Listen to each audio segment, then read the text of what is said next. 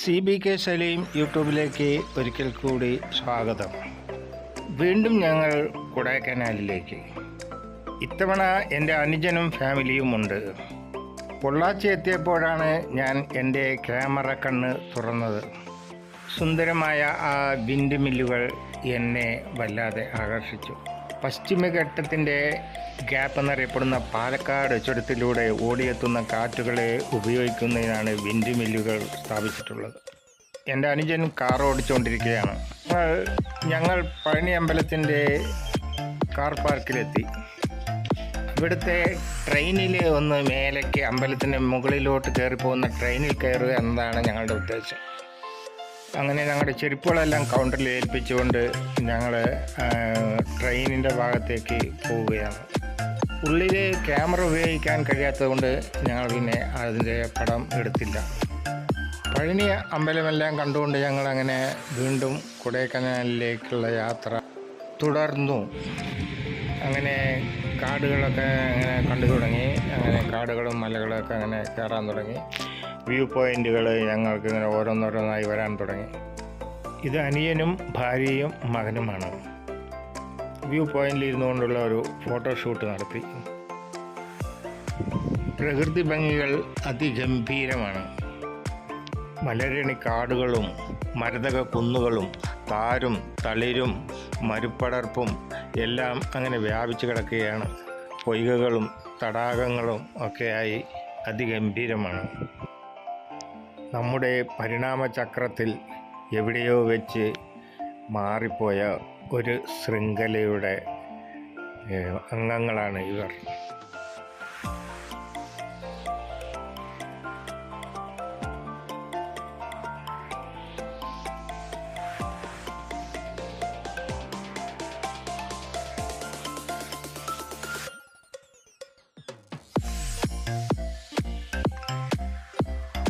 തൻ്റെ കുഞ്ഞിനെ മാറോടണച്ചുകൊണ്ട് പോകുന്ന ഒരു വാനര മാതാവ്.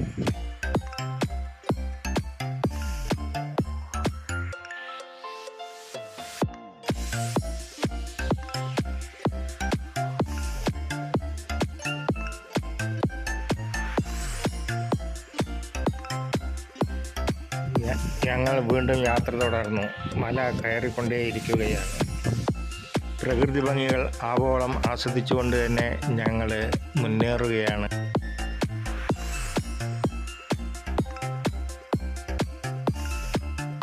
ഞങ്ങളങ്ങനെ ഇൻക്രെഡിബിൾ വെള്ളച്ചാട്ടത്തിനടുത്തെത്തി.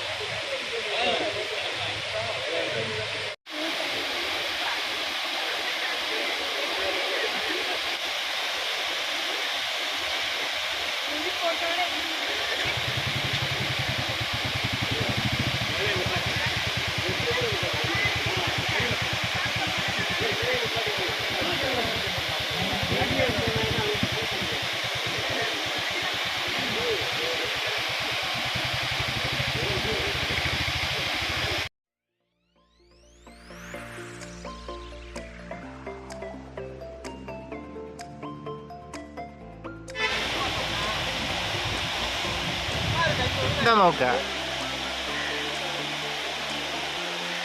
അങ്ങനെ ഞങ്ങൾ കൊടൈക്കനാലിൽ വന്ന് റൂമൊക്കെ എടുത്ത് അങ്ങനെ തടാകത്തിലേക്ക് വൈകുന്നേരം തടാകത്തിലേക്ക് പോയി ആ തടാകത്തിൻ്റെ അവിടെ നിന്നുള്ള ഒരു ഫോട്ടോഷൂട്ടൊക്കെ നടത്തി.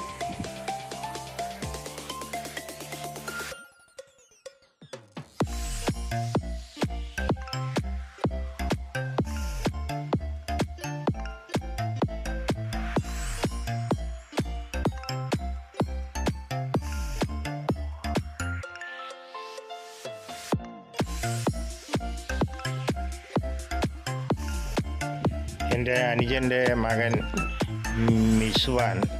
മിച്ചു എന്നാണ് ഞങ്ങൾ വിളിക്കുക. മിച്ചുവിന് തടാകം വല്ലാതെ ഇഷ്ടപ്പെട്ടു. അങ്ങനെ ഞങ്ങൾ തടാകത്തിൽ നിന്നും കോക്കേഴ്സ് വാക്കിലേക്ക് വന്നു. ഇവിടെ അധികം പ്രകൃതിയുടെ ഭംഗി കാണാനുള്ള ഒരു വ്യൂ പോയിൻ്റാണ് കോക്കേഴ്സ് വാക്ക്. അങ്ങനെ ഞങ്ങൾ കുറച്ച് സമയം പ്രകൃതിയോട് ഇങ്ങനെ ഞങ്ങളുടെ മനസ്സ് അലിഞ്ഞ് ചേർന്നിരിക്കുകയാണ്. ഞങ്ങൾ അവിടെ ഒരു ഫോട്ടോഷൂട്ടൊക്കെ നടത്തി.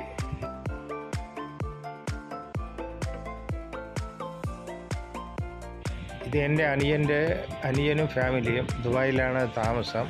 വർഷത്തിൽ 1 മാസമേ നാട്ടിലുണ്ടാകുകയുള്ളൂ.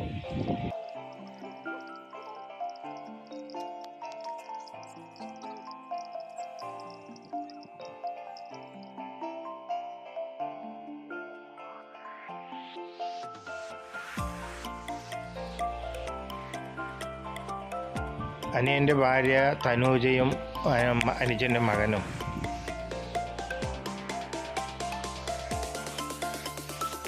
മിച്ചു ദുബായിൽ 7ാം സ്റ്റാൻഡേർഡിൽ പഠിക്കുന്നു.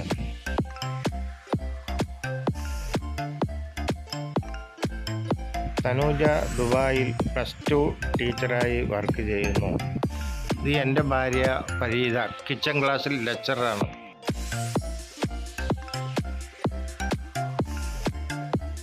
ഇത് എൻ്റെ അനുജൻ ആസാദ്, ദുബായിൽ കൺസ്ട്രക്ഷൻ കമ്പനിയിൽ സീനിയർ ഡ്രാഫ്റ്റ്സ്മാനായി ജോലി ചെയ്യുന്നു.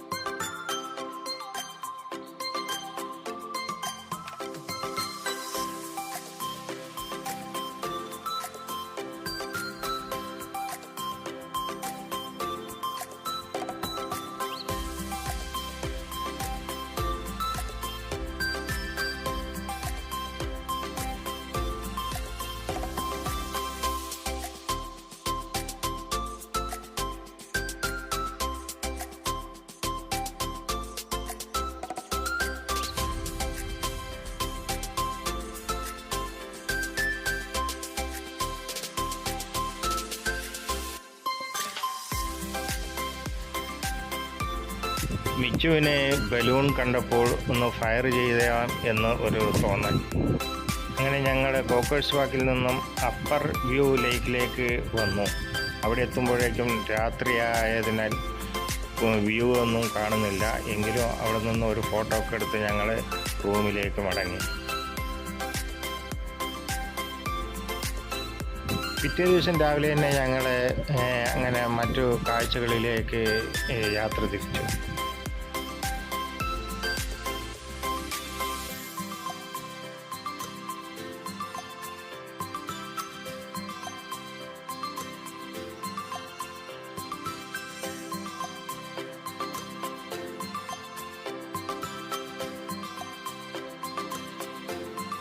അങ്ങനെ വീണ്ടും പ്രകൃതി ഭംഗി കനിഞ്ഞൊഴുകുന്ന ഒരു ദൃശ്യത്തിലേക്കാണ് ഞങ്ങൾ പോയത്.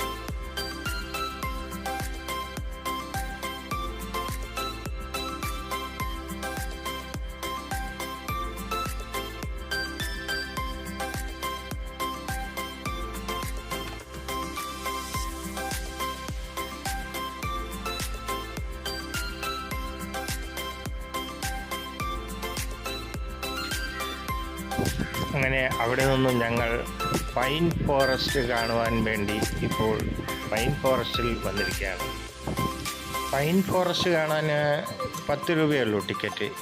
എങ്കിലും വളരെ നല്ല ഒരു ദൃശ്യമാണ് പൈൻ ഫോറസ്റ്റ്. ഇവിടെ പല ചലച്ചിത്രത്തിൻ്റെയും ഗാനങ്ങളൊക്കെ ചിത്രീകരിക്കാറുണ്ട് എന്നാണ് അറിയുന്നത്. സീസൺ അല്ലാത്തത് കൊണ്ട് അത്ര തിരക്കൊന്നുമില്ല, അതുകൊണ്ട് വളരെ സൗകര്യമായി കാണാൻ പറ്റി.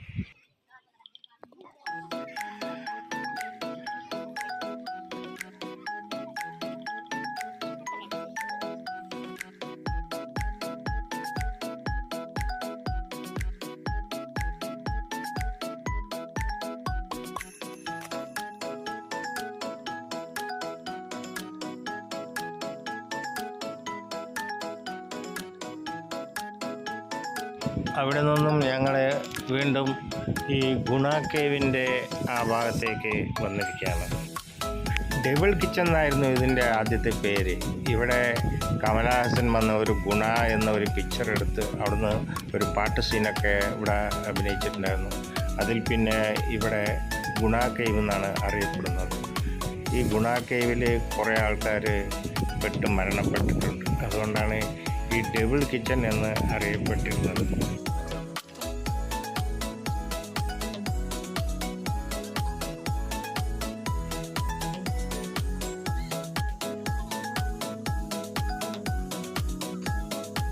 കൊടൈക്കനാലിലെ ഡസൻ കണക്കിന് വ്യൂ പോയിൻ്റുകളുണ്ട്. ആ വ്യൂ പോയിൻ്റൊക്കെ നോക്കിയാൽ ഒരേപോലെ തന്നെയാണ്.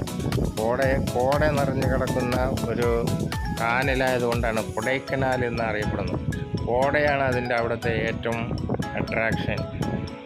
കോട എന്നാൽ മഞ്ഞെന്നാണ് അതിൻ്റെ മലയാളം.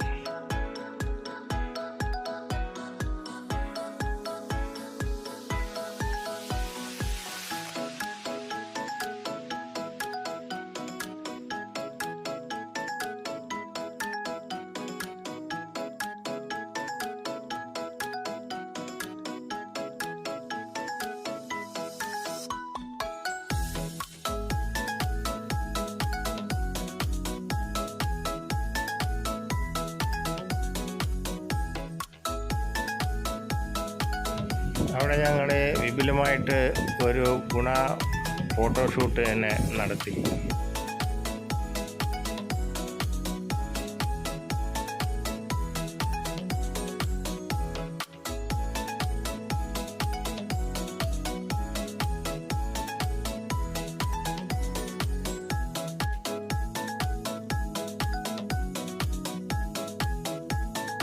അങ്ങനെ ഞങ്ങളുടെ പിന്നിൽ ഗുണ കേവാണ് ഇപ്പോൾ ഉള്ളത്.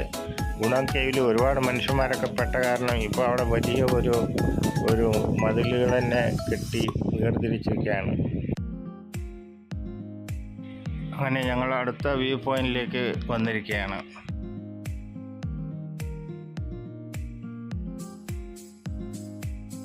അതിൻ്റെ കവാടത്തിൽ ഒരുപാട് അങ്ങനെ ഷോപ്പിങ്ങിനുള്ള സൗകര്യങ്ങളൊക്കെ ഉണ്ട്.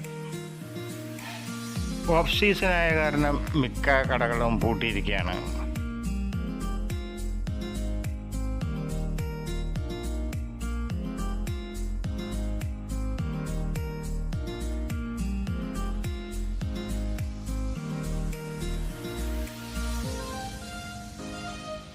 ഇതാണ് കൊടൈക്കനാലിലെ ഏറ്റവും വലിയ സൂയിസൈഡ് പോയിൻ്റ്. ഇവിടെ കുറേ ആൾക്കാർ അങ്ങനെ പ്രകൃതിയിൽ വിലയം പ്രാപിച്ചിട്ടുണ്ട്.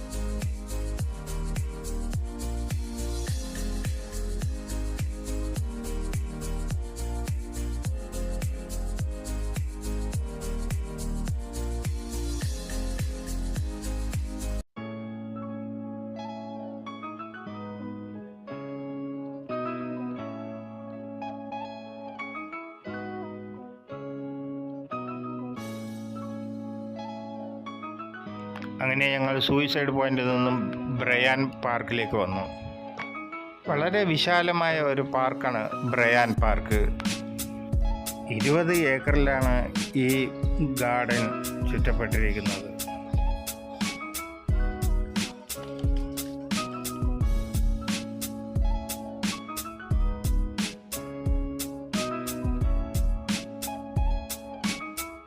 ഇതിൻ്റെ ഗ്ലാസ് ഹൗസ് ഗാർഡനാണ് ഇപ്പോൾ കണ്ടുകൊണ്ടിരിക്കുന്നത്. ഇവിടുത്തെ ഗ്ലാസ് ഹൗസ് ഗാർഡൻ വളരെ പ്രശസ്തിയുള്ളതാണ്.